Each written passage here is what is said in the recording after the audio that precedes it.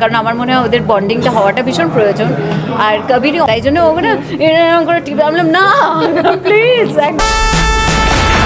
শাকিব খানের প্রিন্সে থাকছে একটি আইটেম গান, আর সেই আইটেম গানের মধ্যে থাকবে একটি বড় চমক, আর সেই চমকটি হলো বলিউডের জনপ্রিয় অভিনেত্রী হট এবং গ্ল্যামার কুইন নায়িকা সোনাক্ষী সিনহা থাকবে বলে জানা গেছে। আর তারপর থেকেই পুরো সোশ্যাল মিডিয়ার মধ্যে সমালোচনা সৃষ্টি হয়েছে।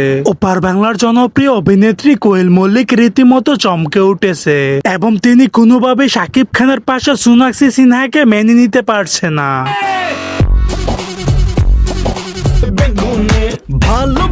অবাক করার বিষয় হলো শাকিব খানের সঙ্গে এই আইটেম গানটি শুটিং করা হচ্ছে মুম্বাইয়ের একটি বিলাসবহুল সেটে।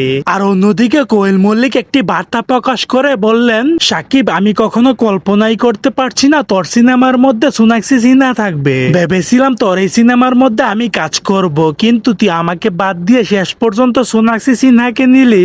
Get married and settle down और कुछ करना नहीं है लाइफ में, और जो कर रहे हैं उनको भी बोलो गेट मैरिड एंड। অভিনেত্রী কোয়েল মল্লিককে প্রিন্স সিনেমায় না নেওয়াতে তিনি তার ক্ষোভ প্রকাশ করলেন।